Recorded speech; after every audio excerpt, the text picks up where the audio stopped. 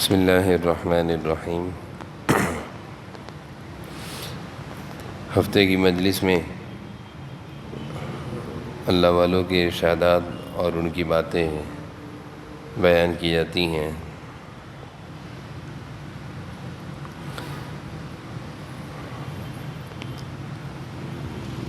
اصلاح مقصود ہوتی ہے کہ وہ باتیں اور وہ رذائل اور وہ گناہ جو اگر ہمارے اندر ہیں اور جس کی وجہ سے ہم اللہ تعالیٰ سے دور ہو رہے ہیں، اور گناہوں کی وجہ سے انسان کا جو باطن اور اس کے اندر جو گناہوں کی عادتیں پیدا ہوتی ہیں، یہ سب کچھ ہو رہا ہے تو اس کی اصلاح کرانی چاہیے۔ جیسے غیبت کہتے ہیں کسی کی پیٹھ پیچھے برائی کرنا، تو غیبت ایک گناہ ہے اور ایک روحانی بیماری ہے۔ تو جس طرح جسمانی بیماری اس کا ہم علاج کرتے ہیں، علاج کراتے ہیں، اسی طرح روحانی امراض کا بھی علاج بھی کرانا چاہیے اور اس کی فکر بھی ہونی چاہیے۔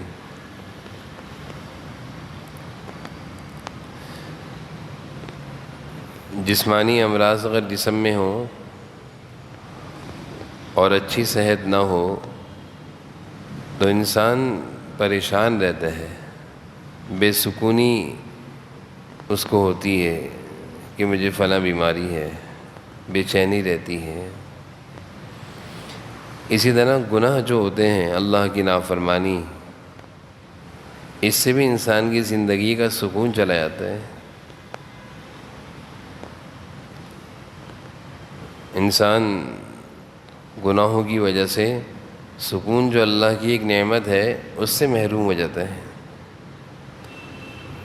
کیونکہ اللہ کو ناراض کر کے کبھی کوئی خوش نہیں رہ سکتا، زندگی میں سکون نہیں پا سکتا اللہ کو ناراض کر کے۔ تو اس لیے کوشش کرنی چاہیے، ہمارے اکابرین فرماتے ہیں کہ چاہے گناہ چھوٹا ہو یا بڑا ہو، اللہ کی نافرمانی ہے اس کو چھوڑ دینا چاہیے، اس سے بچنا چاہیے۔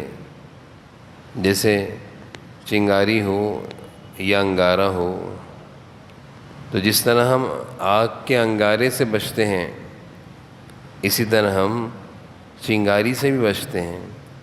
یہ نہیں کہ چنگاری تو چھوٹی سی ہے، کیا نقصان پہنچائے گی، نہیں، چنگاری سے ہی بچتے ہیں کہ یہ بھی کپڑے کو جلائے گی۔ اسی طرح گناہ چاہے چھوٹا ہو یا بڑا ہو، اس سے بچنا چاہیے اور گناہ کو گناہ سمجھنا چاہیے۔ ایک بار ہم لوگوں کے اندر یہ بھی ہے کہ ہم گناہ کو گناہ نہیں سمجھتے۔ بعض گناہ ایسے ہیں جو معاشرے میں، ہماری زندگیوں میں، ہمارے رہن سہن میں اتنے زیادہ شامل ہو گئے ہیں کہ ہم نے ان کو گناہ سمجھنا چھوڑ دیا ہے۔ بعض گناہ ایسے ہیں، اللہ کی نافرمانی ایسی ہیں کہ ہمارے معاشرے میں، ہمارے درمیان وہ گناہ اتنے رائج ہو گئے ہیں کہ ہم نے ان کو گناہ سمجھنا چھوڑ دیا ہے۔ تو گناہ تو چاہے کوئی بھی ہو، وہ گناہ ہے، وہ اللہ کی نافرمانی ہے، وہ اللہ کی ناراضگی ہے، اور گناہ کے ساتھ انسان کبھی سکون سے نہیں رہ سکتا۔ گناہ کی وجہ سے انسان کبھی سکون سے نہیں رہ سکتا، پریشان رہے گا۔ اللہ کا نظام ہے، اللہ کا قانون ہے، اللہ کی بنائی ہوئی کائنات ہے، دنیا اللہ کی بنائی ہوئی ہے۔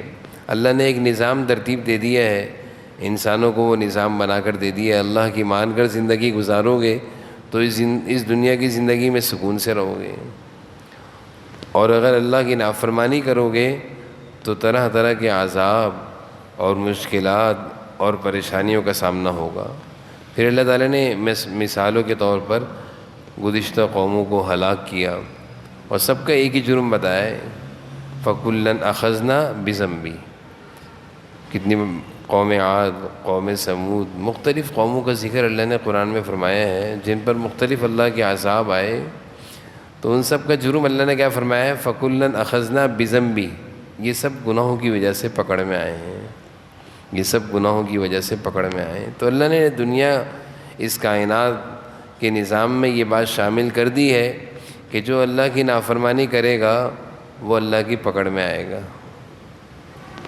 وہ اللہ کی عذاب کا شکار ہوگا۔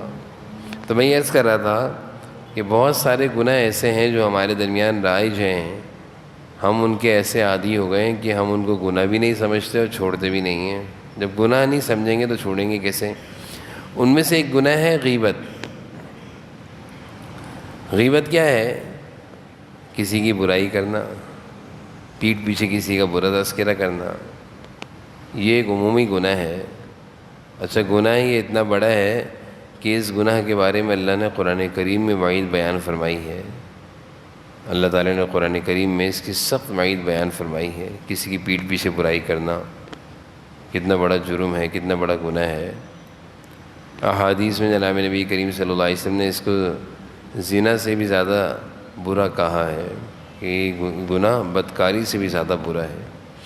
لیکن ہم لوگوں کے درمیان یہ ایسا رائج ہے کہ ہم اس کے ایسے عادی ہیں کہ ہم اس کو گناہ بھی نہیں سمجھتے، اور ہماری مجلسوں اور محفلوں میں اس کا تذکرہ بھی خوب ہوتا ہے، یہ گناہ بھی خوب ہوتا ہے۔ یعنی ہم جب بیٹھے ہوئے ہوں گے تو ضرور ہم اس گناہ میں مبتلا ہوں گے، کسی نہ کسی کی برائی کریں گے، غیبت کریں گے۔ تو ایک موقع پر ہمارے حضرت کی خدمت میں ایک شخص نے درخواست کری، عرض کیا کہ حضرت غیبت سے بچنے کی کوشش کرتا ہوں پھر بھی ہو جاتی ہے۔ ایک تو ہے غیبت کو غیبت ہی نہ سمجھنا، گناہ ہی نہ سمجھنا، تو انسان کیسے بچنے کی کوشش کرے گا؟ ایک یہ کہ غیبت کو غیبت سمجھ رہا ہوں، بچنے کی کوشش بھی کرتا ہوں، لیکن پھر بھی غیبت ہو جاتی ہے۔ تو اس پر حضرت نے ارشاد فرمایا،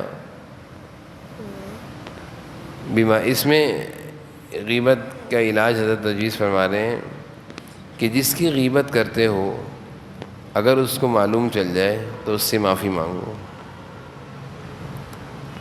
اگر اس کو معلوم نہیں چلا کہ اس نے میری برائی کی ہے تو جن لوگوں کے سامنے تم نے غیبت کی ہے اپنی غلطی کا اعتراف کرو کہ میں نے فلاں صاحب کی برائی آپ لوگوں کے سامنے کی تھی، جبکہ وہ ایسے نہیں ہیں، یہ ایسے ہیں جیسے بھی، لیکن میں نے برائی کر کے برا کیا تھا۔ کسی کی برائی نہیں کرنی چاہیے۔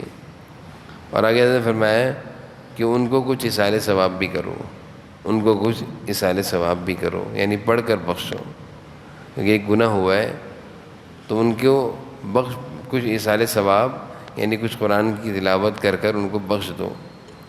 اپنی طرف سے ایصال ثواب ایک ہدیہ پہنچا دیا۔ اور بعض جگہ یہ بھی ہے کہ جس کی غیبت کی اس کو ہدیہ دے دو تاکہ دل صاف ہو، کیونکہ انسان غیبت اس کی کرتا ہے جس سے دل برا ہو۔ تو یہ غیبت ایک گناہ ہے، ہمیں اس گناہ سے بھی اپنی مجلسوں کو صاف اور پاک کرنا چاہیے۔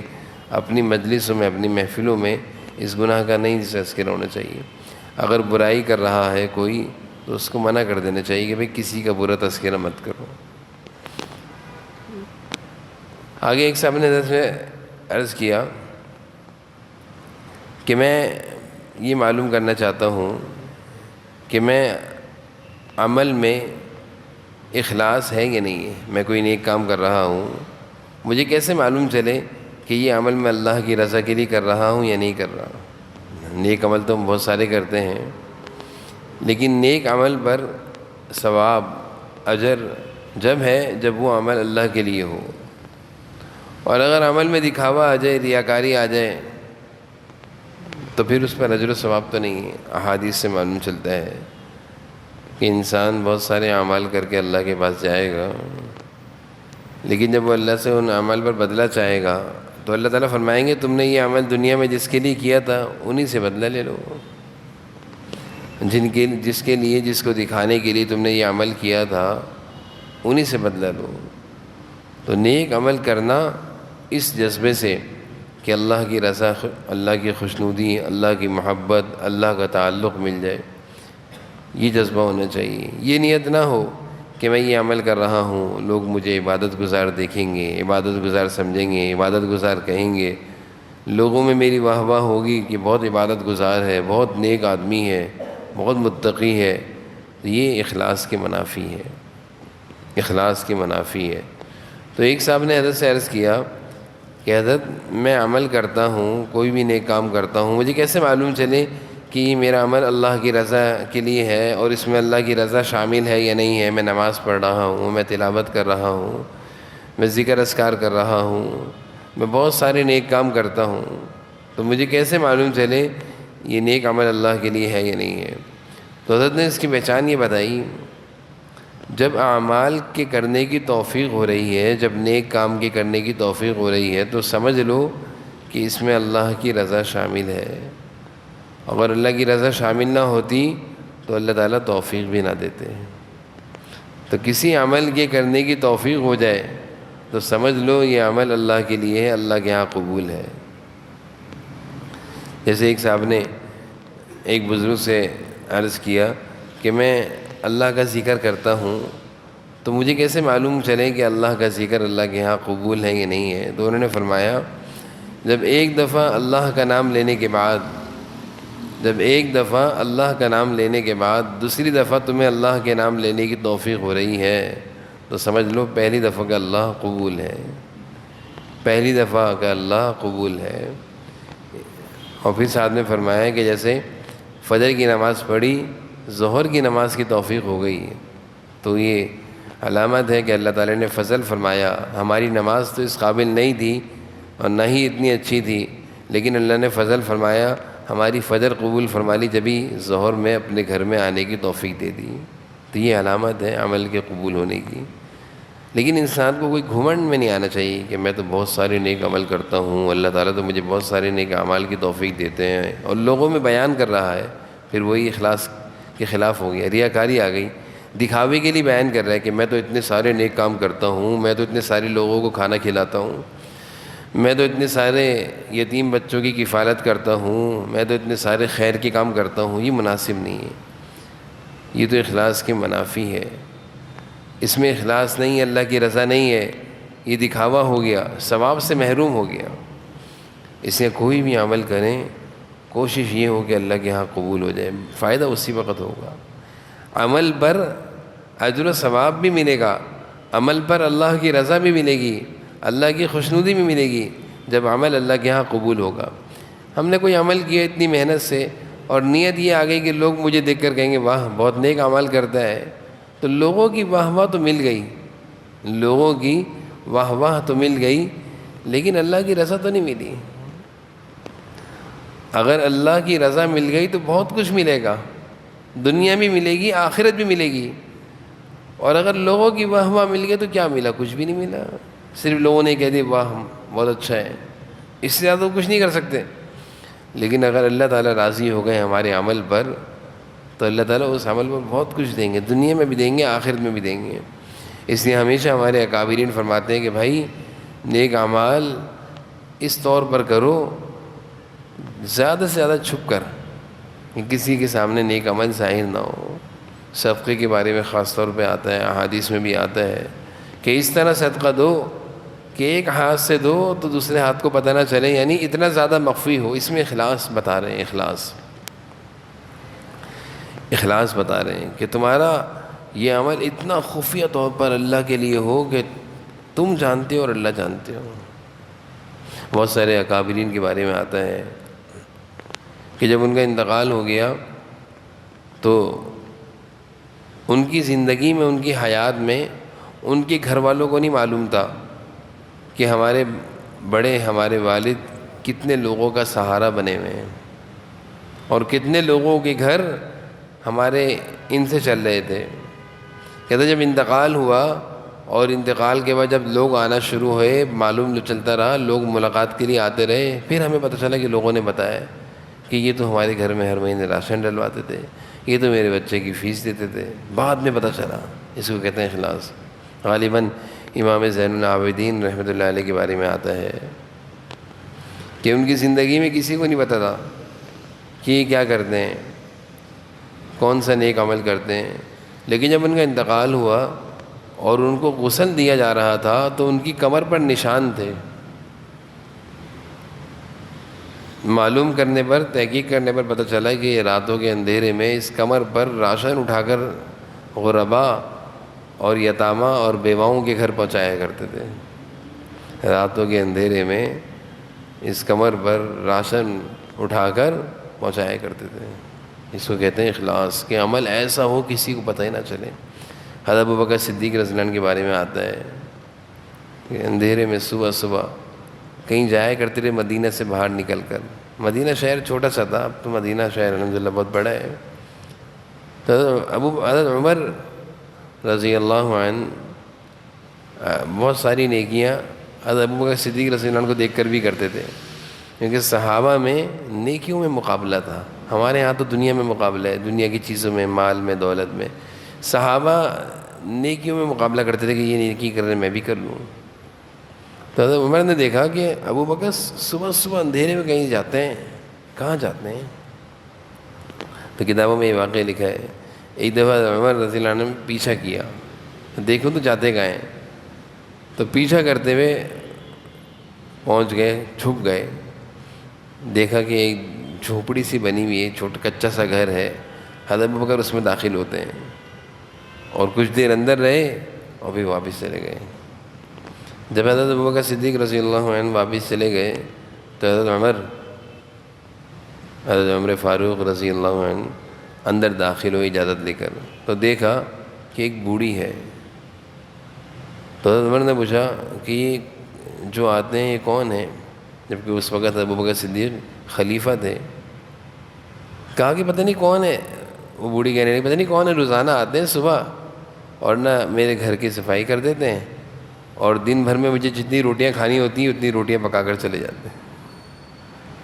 سامان نہیں آتا ہے تھوڑا بہت کھانے کا اور میرے لیے روٹیاں پکا کر رکھ کے چلے آتے ہیں کہ کھاتے رہنا، آپ کو پریشانی نہ ہو. اس کو کہتے ہیں نیکی. کہ اس طرح نیکی کرے انسان کہ اللہ کو پھر اچھا یہ نیکی انسان کو خوش بھی کرتی ہے. بہت ساری نیکی ایسی ہوتی ہیں کہ ہم نے کری اور ہمیں نا مزہ نہیں آتا، ہم نے نیک کام کر لیا.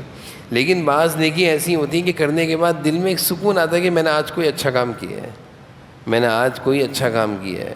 تو نیکی تو ایسی ہو کہ انسان اتنی چھپ کر کرے کہ اللہ کو معلوم ہو اور دل خوش ہو جائے کہ آج میں نے اللہ کی رضا کے لیے کوئی اچھا کام کیا ہے. تو نیکی صرف یہی نہیں ہے کہ نماز چھپ کر پڑھ لی، یہ بھی نیکی ہے.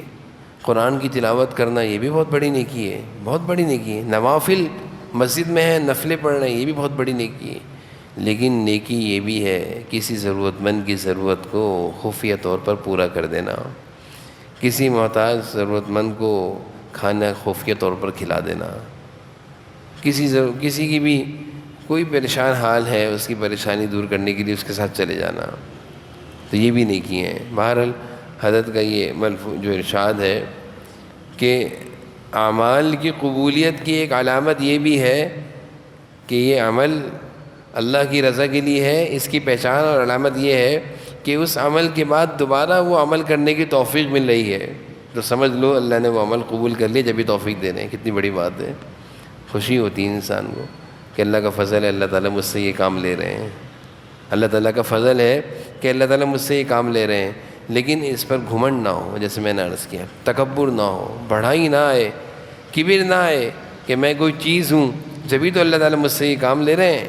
یہ مجھے اللہ تعالیٰ نے اس کام کے لیے رکھا ہے اور مجھ سے اللہ یہ کام لے رہے ہیں. تو یہ تو گھمنڈ ہو گیا، یہ تو تکبر ہو گیا. اس سے بچنا چاہیے، اس سے بچنا چاہیے. عمل ہو، اللہ کی توفیق ہو، اللہ تعالیٰ کا شکر ادا کرنا چاہیے اور اس عمل کو مزید اخلاص کے ساتھ کرنا چاہیے تاکہ اللہ تعالیٰ توفیق دیتے رہیں. ایسا نہ ہو کہ ہمارا کوئی عمل اخلاص سے خالی ہو اور لوگوں کو دکھانے کے لیے ہو اور پھر اللہ کی طرف سے اس عمل کی توفیق ہی چھن جائے. وہ عمل ہم کر رہے تھے، جو ہی ہم نے لوگوں کو بتانا شروع کیا اللہ تعالیٰ نے وہ عمل کرنا ہی لے لی، توفیق چھین لی. تو یہ بزرگوں کے ارشادات ہیں. اللہ تعالیٰ ہم سب کو اس پر عمل کرنے کی توفیق نصیب فرمائے.